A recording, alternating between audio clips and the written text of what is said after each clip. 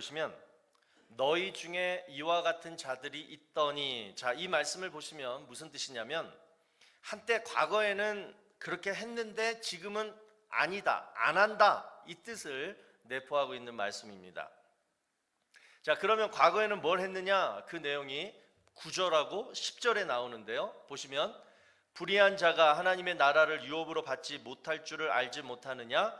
미혹을 받지 말라. 음행하는 자나 우상 숭배하는 자나 간음하는 자나 탐색하는 자나 남색하는 자나 도적이나 탐욕을 부리는 자나 술 취하는 자나 모욕하는 자나 속여 빼앗는 자들은 하나님의 나라를 유업으로 받지 못하리라. 자, 여러분, 이 구절 속에서 언급하고 있는 10가지 죄악들은요, 두 가지 특징을 가지고 있습니다. 자, 하나는 우리가 하든 안 하든 인간들 마음속에는 저런 죄성이 숨어져 있다는 거예요. 그래서 누가 툭 쳐가지고 유혹만 하면 바로 지을 수 있는 죄들이 바로 저 10가지 죄악 속에 있다는 것입니다. 또 두 번째 특징은 저런 죄들을 지으면 절대 천국 갈 수 없다라는 거예요. 하나님이 가장 싫어하시는 죄들이 바로 저 10가지 죄악 속에 있습니다. 그래서 하나님의 나라를 유업으로 받지 못하리라 두 번씩이나 말씀하고 있습니다. 자, 그러면 이 설교를 듣는 분들 중에 뜨끔한 분들이 계시죠. 아이고, 나 어제도 술 먹고 왔는데 나 천국 가긴 다 틀렸네. 저 중에 몇 가지 이미 지은 죄도 있고 지금도 끊지 못하고 지금 짓고 있는데 아이고 큰일 났네. 여러분, 어떻게 해야 될까요? 그래서 예수 믿고 회개하면 되는 거예요. 예수님이 저 죄들을 다 사하시고 우리를 하나님의 나라를 유업으로 주시기 위해서 십자가에 달려 돌아가신 줄로 믿으시기 바랍니다. 그래서 예수님을 믿으면 여러분이 저 중에 어떤 죄를 지었든 간에 다 용서받고 하나님의 자녀가 이미 되었는 줄로 또한 믿으시기를 바랍니다. 자, 그 얘기를 이제 그 다음 그 후반절, 오늘 본문 후반절에서 하고 있는 거예요. 자, 보시면 주 예수 그리스도의 이름과 우리 하나님의 성령 안에서 씻음과 거룩함과 의롭다 하심을 받았느니라. 자, 이 말씀이 올해 2022년 우리 교회 모든 성도님들에게 또 우리 교회에게 주시는 하나님의 교회 목표 말씀으로 들으시기를 축원합니다. 자, 이 말씀은 오늘 여러분 정말 중요한 말씀이에요.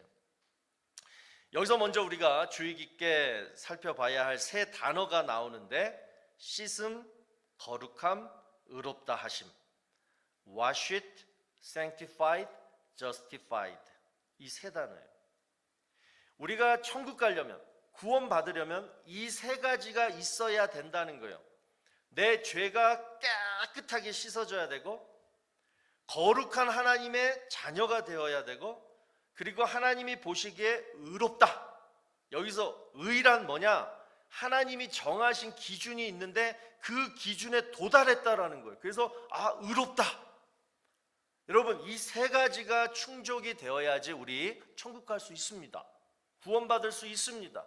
천국 백성 될 수 있는 거예요. 그런데 이 세 가지 중에 여러분, 내가 할 수 있는 것이 뭘까요? 첫 번째, 내가 스스로 내 죄를 씻을 수 있을까요? 제가 초등학교 4학년 때 한 여인을 좋아했습니다. 담임 선생님이셨어요.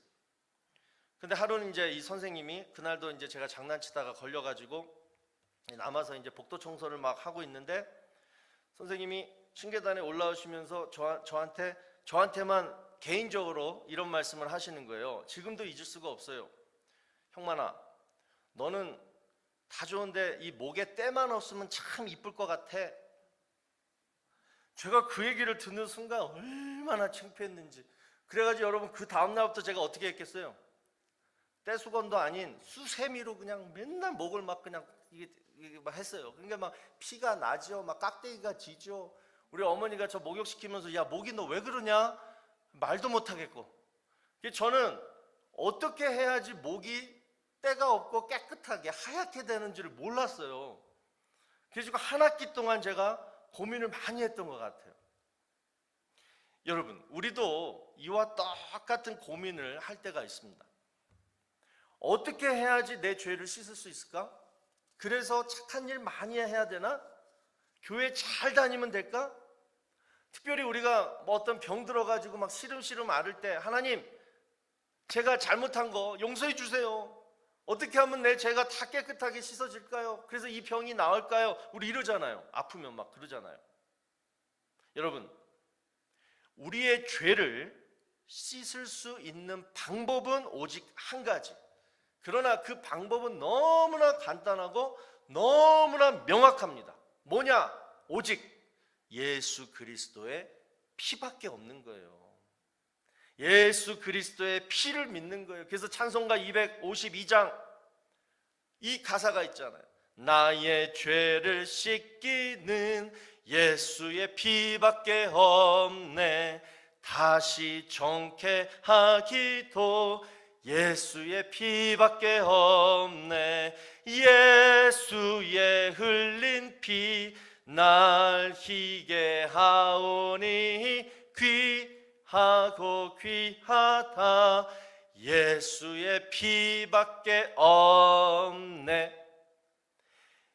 우리가 이 찬송 자주 불렀잖아요. 근데 정말 이거밖에 없어요. 예수의 피밖에 없는 거예요. 여러분, 내가 예수를 믿는다 이 말은요, 예수의 피가 내 죄를 씻어 주셨다 이것을 믿는 거예요. 그게 예수 믿는 거예요.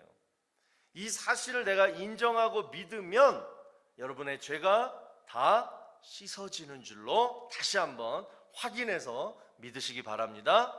자, 그러면 그 다음에 두 번째, 세 번째 뭐예요? 두 번째가 거룩함, 세 번째는 의로움. 이 두 가지가 자동적으로 해결이 되는 거예요. 왜? 하나님은 우리를 구원하시고 나서 뭐만 보시냐면 예수의 피만 보시기 때문에 그래요. 예수의 피로 죄 씻음 받은 자는요, 하나님이 보실 때 어떻게 보이냐면 거룩하게 보여요, 의롭게 보여요. 내가 여전히 죄짓고 여전히 내가 거룩하게 살지 못하더라도 오직 예수의 피만 하나님이 보시기 때문에 우리를 거룩하다, 의롭다, 죄 씻음 받았고, 그래서 뭐예요? 천국 백성으로 우리가 천국 갈 수 있는 줄로 믿으시기 바랍니다. 그래서 찬송가 252장 3절을 보시면 가사가 이렇잖아요. 나의 죄속하기는 예수의 피밖에 없네. 그 다음 나는 공로 없으니 예수의 피밖에 없네. 우리의 공로, 내가 할 행위, 내가 뭐 할 게 하나도 없다는 거예요. 오직 뭐다? 예수의 피밖에 없다. 할렐루야. 예수의 피밖에 없어요. 예수의 피만 믿으면 돼요. 그러니까 여러분, 우리의 공로, 제가 막 떼수건 수세미로 막 제 목을 백날 해봐야 뭐예요? 피밖에 안 나왔잖아요. 여러분 공로도 마찬가지예요. 절대 여러분의 어떤 공로로 여러분 죄를 씻지 못해요. 천국도 못 가요. 하나님의 자녀도 되지 못해요. 그냥 내 공로로 할 수 있는 건 뭐예요? 그냥 교인은 될 수 있어요. 교회 다니는 사람은 될 수 있어요. 그러나 여러분 공로로 크리스찬은 될 수 없어요. 오직 예수의 피밖에 없는 줄로 믿으시기 바랍니다. 자, 그런데 이제 문제는 뭐냐? 구원은 이제 이미 예수의 피를 믿고 이제 구원은 다 받을 수 있어요. 그런데 오늘 보면 후반절을 다시 보시면 뭐라고 나오냐면 주 예수 그리스도의 이름과 그 다음에 하나님의 성령 안에서 씻음과 거룩함과 의롭다 하심을 받았느니라. 자, 이 말씀이 뭘까요? 예수 그리스도의 이름으로 죄가 씻겨지고 하나님 앞에 거룩하게 되고 의롭게 되는 것이 바로 구원이라고 말씀드렸습니다. 천국 갈 수 있게 되었어요. 그런데 두 번째, 이번에는 뭐예요? 성령 안에서 씻음과 거룩함과 의롭다 하심을 받아야 한다는 거예요. 자, 이게 뭐예요? 이거는 뭐예요? 바로 우리가 잘 아는 sanctification, 성화예요. 그러니까 우리는 구원은 다 받았지만 이제 그 다음 뭐 하고 있는 중이에요? 성화의 과정을 겪고 있다는 거예요. 자, 그러면 성화는 뭐냐? 성화, 거룩하게 되어지는 것. 바로 아까 말씀드린 두 번째, 거룩하게 되어지고 세 번째, 의롭게 되어지는 것. 그러면 이제 우리의 또 고민 하나가 생기죠. 그러면 내가 어떻게 해야지 거룩하게 되고 의롭게 되어질까? 도대체 내가 어떻게 해야지 죄 안 짓고 하나님 앞에 거룩하게 또 하나님이 원하시는 기준에 도달하게 살 수 있을까? 진정한 크리스찬이라면 우리 한 번쯤은 다 고민해 봤던 문제입니다. 그래서 여러분 오늘 말씀 정말 잘 들으세요. 성화도 구원과 마찬가지로 내 공로, 내가 뭘 할 수 있는 게 아니에요. 내 공로가 없어요. 이것 또한 뭐예요? 믿기만 하면 되는 거예요. 자, 뭘 믿느냐?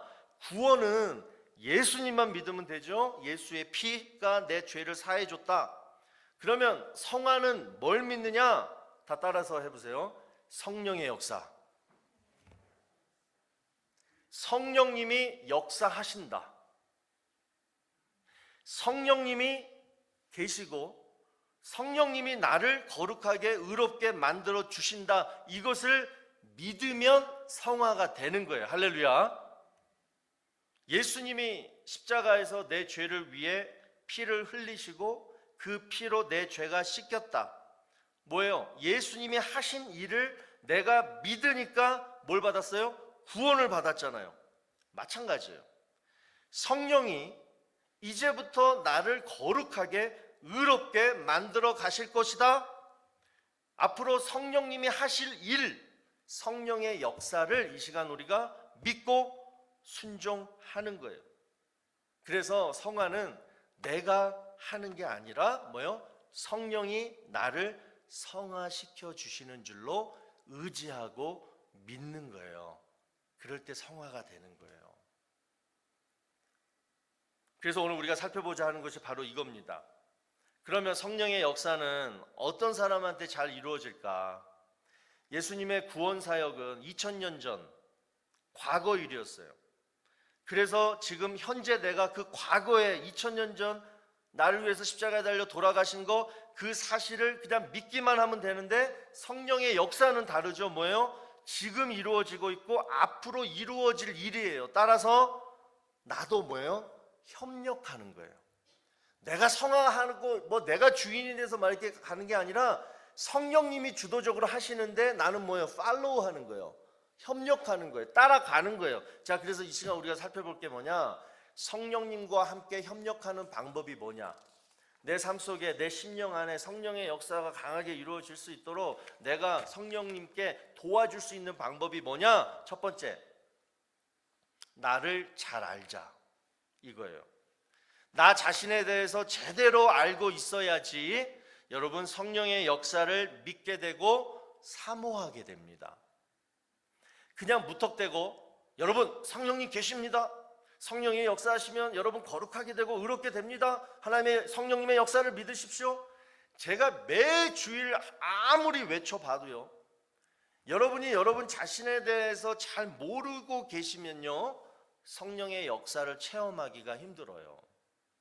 자, 그러면 여러분, 저와 여러분, 나는 누구인가? 어떤 사람들인가? 사도 바울이 로마서 5장 6절에서 11절까지 세 가지로 우리 자신들을 표현해 주고 있는데요. 이게 바로 저와 여러분의 정체성이에요. 자, 정리해 보면 내가 연약할 때 뭐라 그랬어요? 예수님이 나를 위해 돌아가셨다. 또 내가 아직 죄인이었을 때 하나님이 나를 사랑해 주셨다. 또 내가 하나님의 원수처럼 살아갈 때 하나님은 그때 뭐 했냐? 독생자 예수를 통해서 화목하게 하셨다. 이 내용이 쫙 나오는데요. 이게 뭐예요? 우리는 항상 어떻게 산다? 연약하게 산다. 죄만 짓고 산다. 하나님의 원수처럼 살아간다는 거예요. 이게 저와 여러분의 삶이에요. 그래서 여러분 우리는 그냥 연약합니다. 약한 사람들이에요. 왜? 흙으로 만들어졌잖아요. 그래서 조금만 반죽이 질면 뭐예요? 그냥 뭉그러지고, 조금만 반죽이 그냥 되면 뭐예요? 그냥 금이 가버리는 연약함이 우리 안에 항상 존재하고 있다는 거예요. 그래서 저와 여러분은요, 악하기 때문에, 나쁘기 때문이 아니에요. 연약하기 때문에 실수도 할 수 있고 허물도 가질 수 있고 본의 아니게 죄도 짓고 하나님의 원수처럼 살게 된다는 거예요. 그래서 여러분 자신을 첫 번째 어떻게 알아라? 나는 연약한 사람이다. 그러니까 강한 척 하지 마세요. 그냥 연약함을 인정하세요. 그래서 죄 짓는 거예요. 두 번째, 나는 누구인가? 우리 안에는요 항상 들짐승이 살아요. 내 연약함과 내가 짓는 죄들이 만들어낸 또 다른 나예요. 그 여우같이 생겼어요.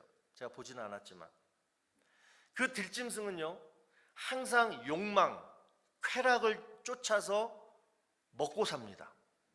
그래서 우리가 올 한해 어떤 욕망적인 어떤 쾌락적인 생각을 잠깐이라도 하면 이 들짐승이 바로 뭐예요? 나를 욕망과 쾌락 속으로 잡아서 끌고 가는 거예요. 그 들짐승이 나를 끌고 갈 때에는 내 의지로 통제가 안 됩니다. 길들여지지도 않습니다. 그래서 끝까지 끌려가다가 결국은 그 들짐승의 욕구가 만족되었다 싶어지면 뭐다? 어떻게 해요? 그 들짐승은 나를 내팽개쳐 버리고 어디론가 또 내 마음속 어디로 또 사라져 버려요. 그리고 또 내 마음 어디엔가 숨어 있다가 또 내가 나쁜 생각을 딱 할 때 또 나타나서 나를 끌고 다니는 거예요. 자, 여러분 두 가지를 말씀드렸어요. 나는 누구인가?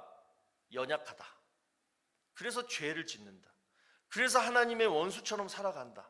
또 내 안에 뭐가 있다? 들짐승이 산다. 아주 나쁜 들짐승이 산다. 여러분, 이런 우리 아무리 내가 예수 믿고 하나님의 자녀가 되었고 목사 하랩이라도 우리의 이 본성이 항상 이렇다라는 거예요. 그렇기 때문에 우리는 성령님을 의지할 수밖에 없다는 거예요. 내가 이 사실을 정말 인정하고 왜 나는 내가 지금 몇 살인데 아직까지 이러고 사냐? 나는 왜 이렇게 연약할까? 내 안에 이 들짐승은 왜 이렇게 나를 못 살게 구느냐? 이것 때문에 힘들고 막 이래야지 뭐예요? 성령의 역사를 의지할 수밖에 없다라는 거예요. 그래서 그냥 날마다 기도하게 돼요. 성령님, 내 연약함을 채워주세요. 내 안에 있는 이 나쁜 들짐승 죽여주세요. 이렇게 여러분이 간절하게 겸손하게 성령의 역사를 의지하고 사모하실 때에 성령이 우리를 도와주시는 거예요. 그 도와주심이 바로 성령의 역사예요. 올 한해 개인적으로 이 성령의 역사를 꼭 체험하게 되시기를 주의 이름으로 축원합니다. 자, 두 번째, 이번에 성령의 역사를 또 얻기 위해서 내가 뭘 도와야 되느냐, 뭘 협력해야 되느냐? 자기를 부인하라, 이 얘기예요. 자기를 부인하라. 무슨 얘기일까요? 자, 누가복음 9장 23절을 보시면 이런 말씀이 있어요.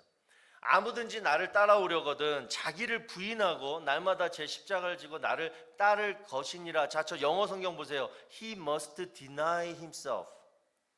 여기서 자기를 부인하라. 자기, 아니 그 자기가 아니라 뭐예요? 자기 자신인데 옛 자신. 그러니까 우리가 하나님 자녀가 되어서 구원 받으면요, 내 안에는 옛 자, old self가 있고 새 자, new self가 같이 공존하게 돼요. 같이 있어요. 옛 자가 다 없어지면 너무 좋겠는데 아직도 공존해요. 같이 있어요.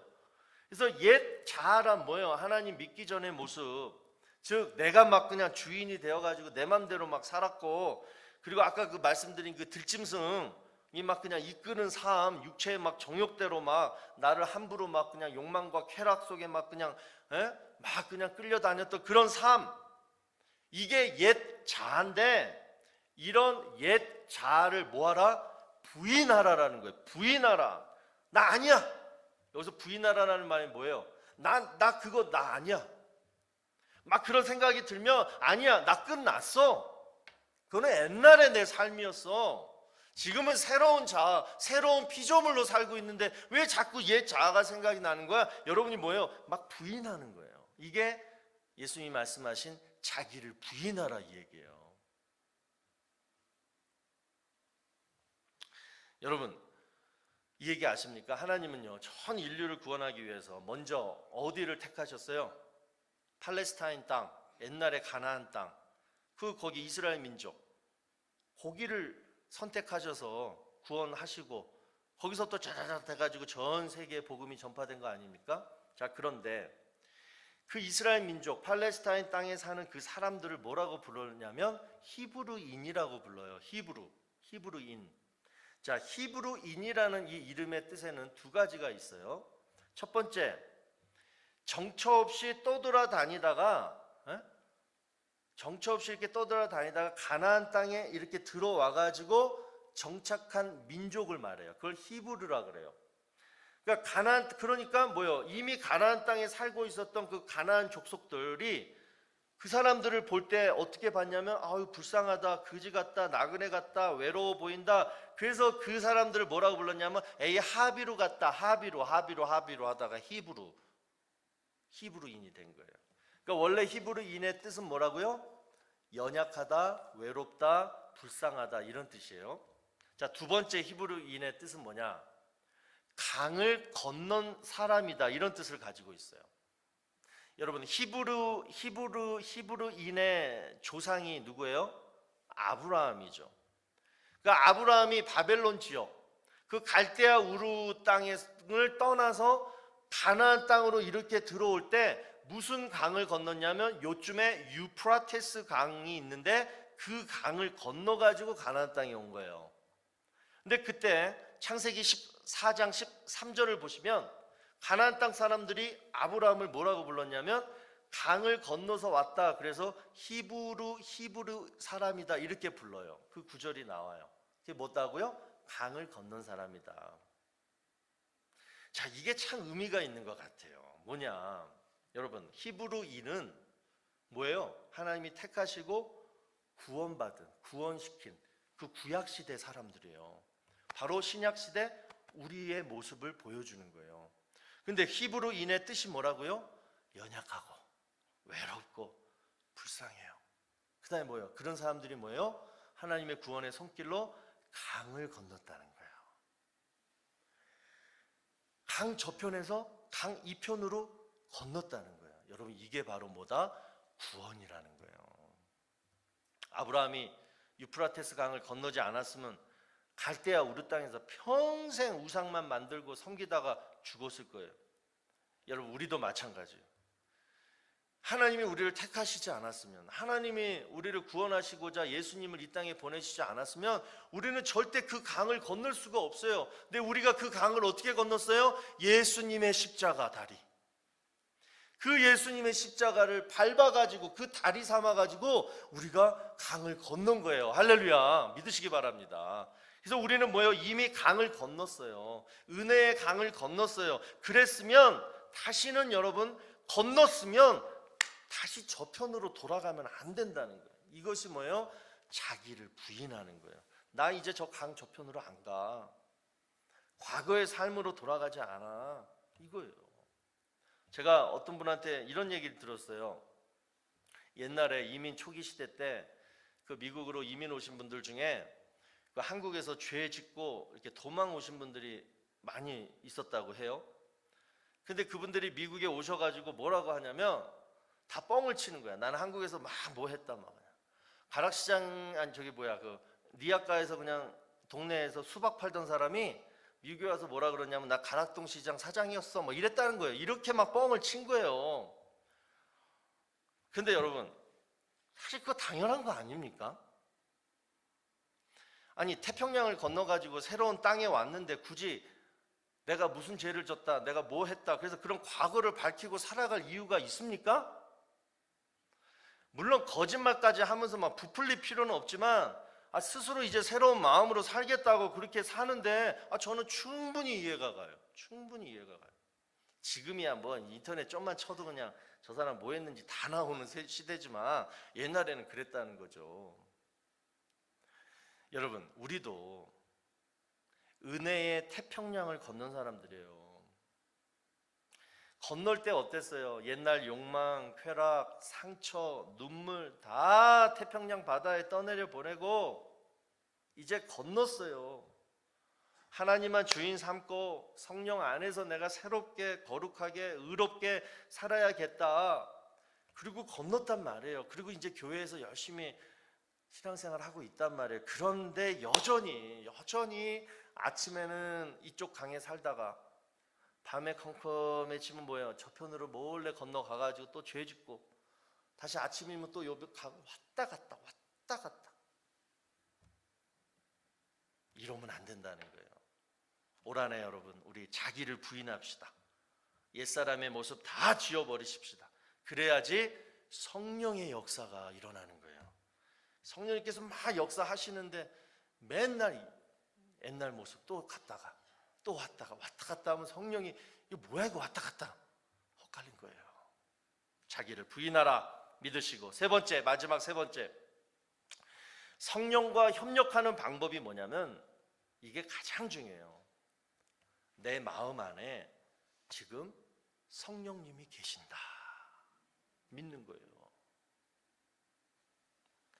그러면 성령이 지금 내 안에 계시는 것을 어떻게 알 수 있느냐?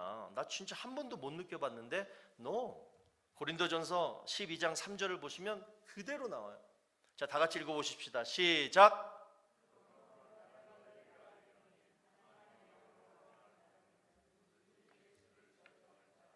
여기서부터 성령으로 아니하고는 누구든지 예수를 주시라 할 수 없느니라.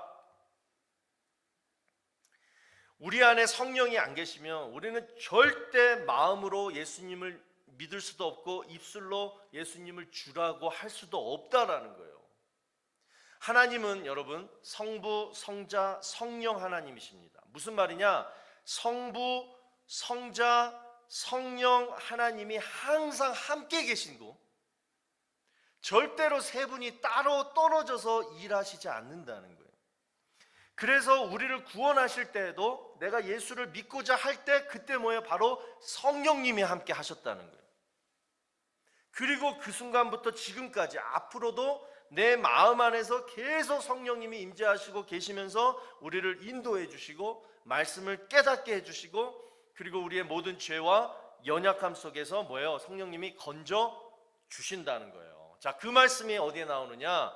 요한복음 14장 17절부터 18절에 나와요. 그는 진리의 영이라 세상은 능히 그를 받지 못하나니 이는 그를 보지도 못하고 알지도 못합니다. 그러나 너희는 그를 아나니 왜? 그는 너희와 함께 거하시며 또 너희 속에 계시겠음이라. 내가 너희를 고아와 같이 버려두지 아니하고 너희에게로 오리라. 예수님이 하늘로 승천하시기 전에 약속하신 거예요. 내가 하늘로 승천하면 성령이 너희 안에 거하게 된다. 그럼 뭐다? 너희가 깨닫게 된다. 알게 된다. 그 말씀을 하셔요. 예수님이 고아와 같이 우리를 버리지 아니하시는 그 방법이 비결이 뭐냐? 성령님을 주시고 성령님으로 이끌림을 받으면서 늘 보호해 주신다라는 거예요. 우리는 그래서 여러분 이제부터 성령을 느낄 수가 있습니다. 왜? 이미 우리 안에 지금 계시기 때문에.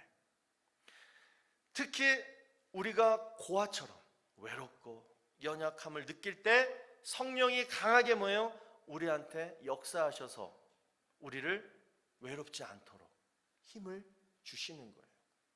또 안에 계시다가 우리가 힘들 때 너무 내 힘으로 막 그냥 버거워가지고 어떻게 할 수가 없을 때 성령이 뭐예요? 어떻게 해요? 그 무거운 바위덩어리를 그냥 들어주시는 거예요. 그 역할을 성령님이 하시는 거예요. 또 여러분 성령을 느낄 수 있는 방법이 뭔지 알아요?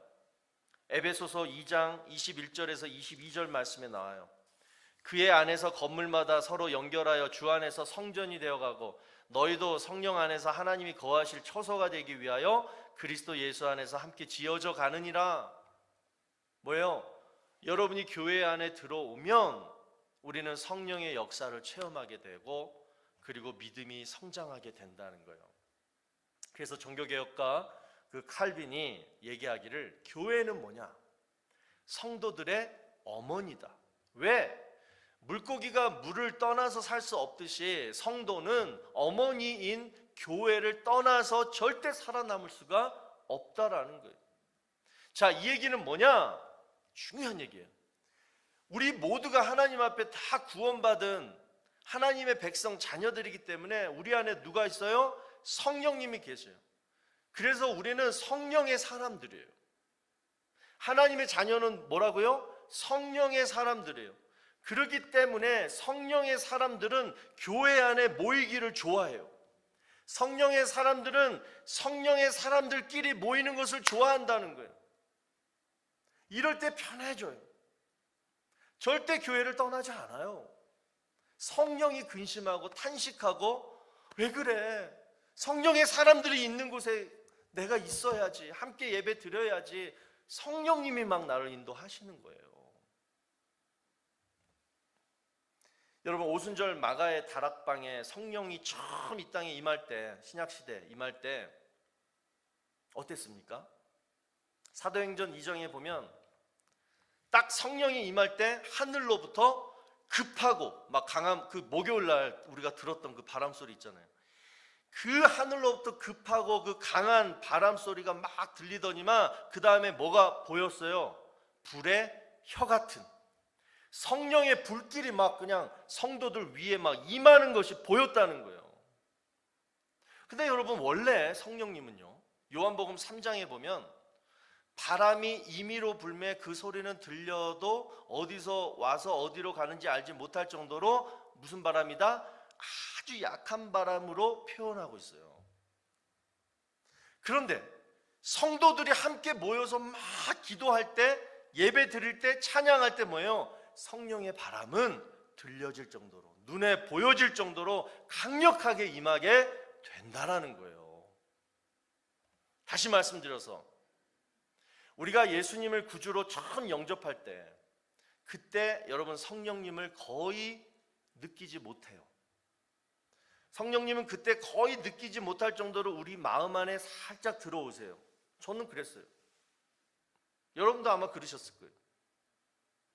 그런데 그 성령님을 신학용어로 뭐라고 부르냐면 인격적인 성령님이라고 불러요. 그러니까 인격적으로 우리 안에 잔잔하게 들어오셔서 역사하신다는 거예요. 인격적으로. 그러다가 우리가 힘들 때, 정말 성령의 도움이 막 필요할 때, 그때는 어머니처럼 성령이 우리를 막 강하게 지켜 보호해 주신다는 거예요. 이때가 뭐예요? 성령 충만함인 거예요. 그러니까 성령님은 하나님의 성령님이 어머니처럼 우리를 돌봐주시고 강하게 임할 때 우리가 성령 충만함을 느끼게 된다는 것과, 또 두 번째는 뭐냐? 성령님은 우리가 하나님의 일을 해야 될 때, 그때도 강하게 역사하신다는 거예요.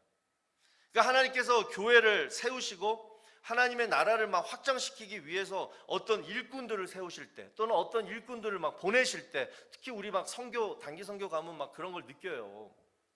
막 그럴 때 뭐예요? 잔잔했던 성령님께서 내 안에서 막 역사하시는 걸 느껴요. 왜? 그때 성령의 은사를 주세요. 헬라어로 카리스마라고 하고, 그 뜻이 뭐냐면 선물이에요. 하나님의 일을 해라, 교회를 빌드업 세워라, 하나님의 나라를 확장해라, 너는 이 교회 너 필요하다. 그래서 너 힘과 지혜가 아닌 뭐예요? 하나님의 은사를 주시고, 그리고 성령의 역사함을 느끼게 해요. 그래서 로마서 12장에 보면요, 그 카리스마, 그 선물을 여러분 이렇게 표현해요. 주신 은혜대로 받은 은사가 각각 다르니. 지금 이 방에 모여있는 여러분들 각각 다 하나님의 은혜를 받았는데 그 은사는 다 각각 다르다라는 거예요. 그 은사가 뭐가 있어요? 첫 번째, 섬기는 은사 많잖아요, 우리 교인 중에. 또 가르치는 은사, 또 위로하는 은사, 구제하는 은사, 다스리는 은사, 긍휼을 베푸는 은사, 이런 은사들을 가지고 뭐예요? 하나님이 교회를 빌드업해라, 세워라. 은사를 주신 이유가 뭐라고요? 자랑하려고 하는 게 아니라 뭐라고요? 교회를 세워라. 또 은사와 더불어 직분을 맡기십니다. 여러분, 우리는 절대 하나님으로부터 받은 직분을 가볍게 여기면 안 돼요. 왜냐? 다른 것은 다 선물로 주셨다 이렇게 표현하지만 직분은 뭐라고 얘기하냐면 맡겼다 이렇게 말씀하세요. 아까 우리 장로님이 기도하셨지만 맡은 자에게는 뭐예요? 충성밖에 없다는 거예요. 자, 이 얘기는 무슨 얘기냐면 직분을 맡은 자는 반드시 뭐예요? 하나님으로부터 평가를 받는다는 거예요. 그러니까 직분 함부로 받지 마세요. 반드시 하나님이 평가를 하신다는 거예요. 충성스럽게 하면 상급이 있고 충성스럽게 하지 않으면 하나님의 질타가 있다는 거예요. 특별히 재직 여러분. 자, 우리 집사님들 한번 손들어 보세요. 남들이 나한테 집사라고 하더라. 그런 분들 손들어 보세요. 집사들, 집사님들. 자, 우리 권사님들 손들어 보세요. 권사님들 손 바짝. 네. 다음 우리 안수 집사님들 손들어 보세요. 네. 다음 장로님들 손들어 보세요. 번쩍 드세요, 장로님들. 네. 내리세요. 오늘 손 드신 분들은 여러분 정말 재직의 의무를 다 하시기 바랍니다. 저 목사도 마찬가지고. 제가 조만간에 재직이 무엇이며 무엇을 해야 되는지 다시 한번 이렇게 상기시켜 드릴 그런 기회가 있을 텐데요. 간단하게 말씀드려서 여러분, 재직은 뭐냐? 직분을 맡은 사람이에요. 그런데 이 재직은 현재 섬기고 있는 교회를 내 집처럼 아끼고 사랑하고 돌보는 자예요. 그 일을 하나님이 직분을 주시고 맡기셨다라는 거예요. 다시 말해서 뭐예요? 뭘 맡긴 거예요? 결론은 하나님의 집, 이 교회를 여러분에게 맡기셨다는 거예요. 그래서 교회는 재직들 때문에 운영이 되는 거예요. 목사가 아니에요. 그래서 우리가 재직을 선출할 때 기준으로 삼는 것이 바로 이 부분이에요. 첫 번째, 교회에 재직들이 없으면 교회가 뭐가 되겠습니까? 그래서 뭐예요? 공예배 참석. 이게 기준이에요. 새벽 예배, 금요 예배, 주일 예배, 예배를 참석해야 되는 거예요. 두 번째, 헌금 생활. 교회에 돈이 없는데 뭘 교회가 운영이 되고 선교를 하고 뭘 하겠어요? 그래서 여러분이 내는 헌금으로 그런 일들을 하는 거예요. 재직들이 해야 되는 거예요. 세 번째 뭐예요? 봉사활동. 뭐 일을 해야죠. 충성을 해야 되는 일들. 이번에 여러분들이 사인업한 그런 개인 사역들. 그리고 가장 중요한 게 뭐냐? 은사도 마찬가지지만 직분도 교회 질서를 위해서 순종하는 자. 그래서 모든 성도들과 잘 융합하고 함께 일할 수 있는 자. 자, 이게 여러분 우리 교단 총회 헌법과 우리 교회 규정이 정한 재직의 자격이에요. 저는 우리 교회가 앞으로 지금도 너무 좋은 재직분들이 많이 계시지만 앞으로도 계속 좋은 재직들이 많이 세워졌으면 좋겠어요. 특별히 우리 젊은 성도님들, 우리 젊은 성도님들 보면 그냥 팬데믹 기간 중이라도 막 어린 아이들 막 들쳐 업고서 막 교회 나와가지고 아름답게 막 섬기고 이렇게 교제하는 거 보면요, 제가 얼마나 감사한지 몰라요. 하나님이 보실 때 얼마나 이쁘고 축복하시겠어요. 특별히 우리 젊은 성도님들, 우리 장로님들이 알아서 하시겠지, 우리 구역장님들이 알아서 하시겠지. No, 이제 여러분들이 하실 차례예요. 여러분들이 이제 성장해서 안수집사 되고 장로 되고 직분 맡아가지고 이제 우리 교회를 여러분이 끌고 가야 돼요. 저는 좀 있으면 떠나요. 여러분들이 이 교회를 딱 세워가지고 앞으로 막 가야 되는 거예요. 그래서 여러분, 올 한해 우리 교회가 정말 성령의 역사가 일어나는 교회 되기를 바랍니다. 성령이 내 안에 지금 계시는데 그 성령을 내가 못 느끼고 신앙생활 한다라면 그 신앙생활은 잘못된 신앙생활이에요. 그래서 올 한해 우리 교회 목표가 뭐냐?